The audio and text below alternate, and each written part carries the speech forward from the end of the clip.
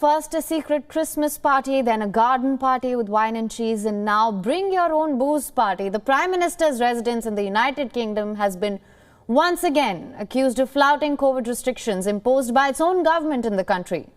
The latest revelation of the so-called Bring Your Own Booze party was organised at the 10 Downing Street on the 20th of May 2020.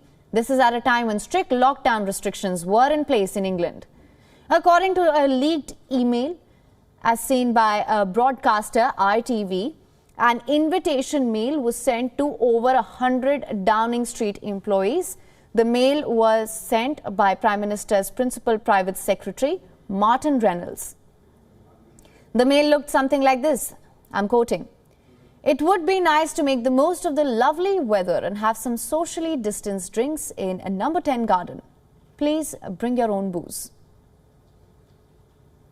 The invitation was sent to just over 100 employees. About 30 to 40 are said to have attended with food and wine. Some staff reportedly expressed reservations at the time. The Prime Minister is believed to have attended the number 10 garden party on the 20th of May 2020 along with Boris Johnson. Revelations about a series of parties in Downing Street have garnered popular derision and drawn criticism from opposition and citizens alike.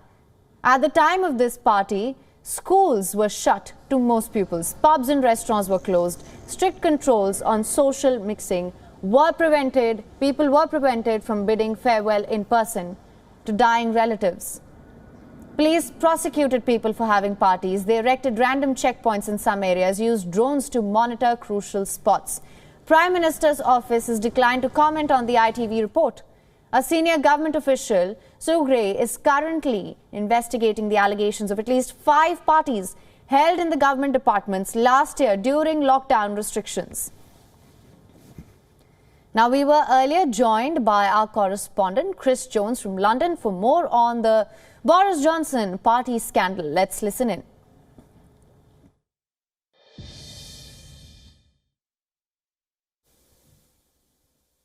Well, yeah, one controversy after another, that's perfectly put, really. We had the kind of sleaze scandal where MPs were found to have broken lobbying rules. That then led to a by-election in North Shropshire, an area in the UK that is predominantly Conservative, and they'd held that seat for well over 100 years. They lost that, and then that kind of put more pressure on Boris Johnson's leadership. Then, of course, we had the Christmas party debacle. All of this is really bringing into question Boris Johnson's prime ministerial role and whether he is kind of capable of continuing to take on that role. We've had a YouGov poll that's been published in the last kind of day or so, which kind of spoke to 1,000 Conservative members across the UK. They were asked to give their opinion on Boris Johnson, and it's found that around a third think that he should step down and that the Chancellor of the Exchequer, Rishi Sunak, would perhaps be better suited to the role. So there's an incredible amount of Boris Johnson, of pressure on Boris Johnson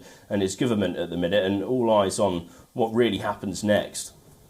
WION is now available in your country. Download the app now. Get all the news on the move.